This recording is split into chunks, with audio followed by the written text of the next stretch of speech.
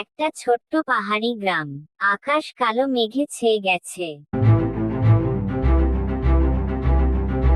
গত 1 মাস ধরে থেমে থেমে ভারী বৃষ্টি হচ্ছে।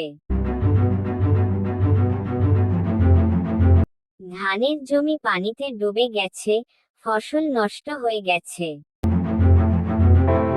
গ্রামে খাবার সংকট শুরু হয়েছে, দোকানগুলো ফাঁকা। এক শিশু ক্ষুধায় কাঁদছে, মা তাকে সান্ত্বনা দিচ্ছে। কিছু মানুষ পাতা দিয়ে জল ঝরিয়ে সংরক্ষণ করছে। গ্রামের সবাই মিলে মিল খোলা চাল বিতরণ করছে। বৃষ্টির পর ধীরে ধীরে নতুন চারা গজাতে শুরু করলো। কিছু দিনের মধ্যে আবারও ফসল ফলল।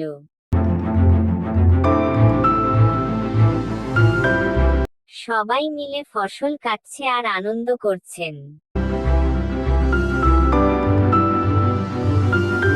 ফসল কাটার পর যার যার মতো মাথায় নিয়ে যাচ্ছে। সবাই মিলে বলল, প্রকৃতিকে ভালোবাসলে সে আমাদের ফেরত দেয়। কেউ তাদেরকে লাইক, কমেন্ট, সাবস্ক্রাইব করছেন না।